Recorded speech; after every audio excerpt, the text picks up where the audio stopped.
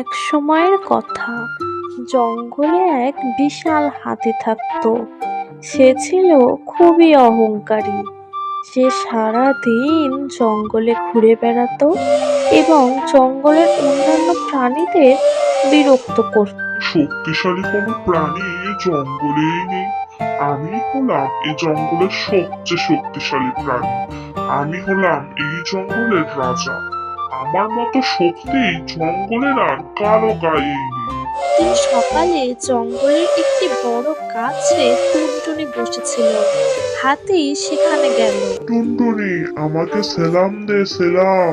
আমি হলাম এই জঙ্গলের সবচেয়ে শক্তিশালী প্রাণী।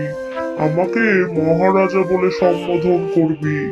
দে সেলাম দে আমাকে। না, দেব না। আমি কেন তোমাকে সেলাম দিতে যাব খামোখা?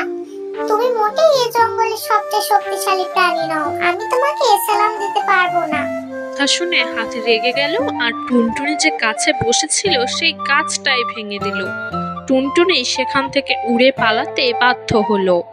গজগজ করতে করতে হাতি নদীর দিকে চলে গেল জল খাওয়ার জন্য। জল খেতে খেতে সে দেখলো তার পাশ থেকে একটি পিঁপড়ে যাচ্ছে।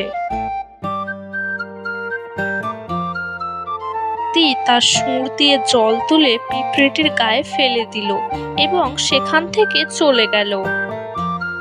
এই হাতিটা তো দিন দিন বড় বদমাইশ হয়ে উঠেছে। না না না, এভাবে তো আর চালানো যায় না। জঙ্গলের সব প্রাণীদের সে ক্ষমতার অহংকারে বিরক্ত করছে। এই হাতির তো কিছু একটা ব্যবস্থা করতেই হবে। দুপুরে যখন হাতি ঘুমাচ্ছিল, পিঁপড়ে চুপি চুপি এসে তার শুঁড় দিয়ে হাতির মুখের মধ্যে ঢুকে পড়লো এবং জোরে জোরে কামড় দিতে শুরু করলো। বাঁচাও, আমার মুখের মধ্যে কি ঢুকে গেল? কি কামড় দিচ্ছে আমার মুখের মধ্যে? বাঁচাও বাঁচাও বাঁচাও, আমাকে বাঁচাও।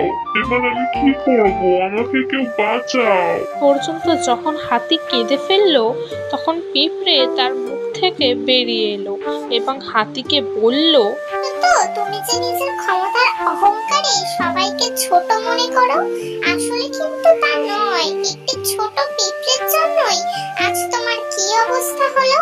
হাতি তার ভুল বুঝতে পারলো এবং এরপর থেকে সে জঙ্গলের কোনো প্রাণীকেই কখনো বিরক্ত করেনি।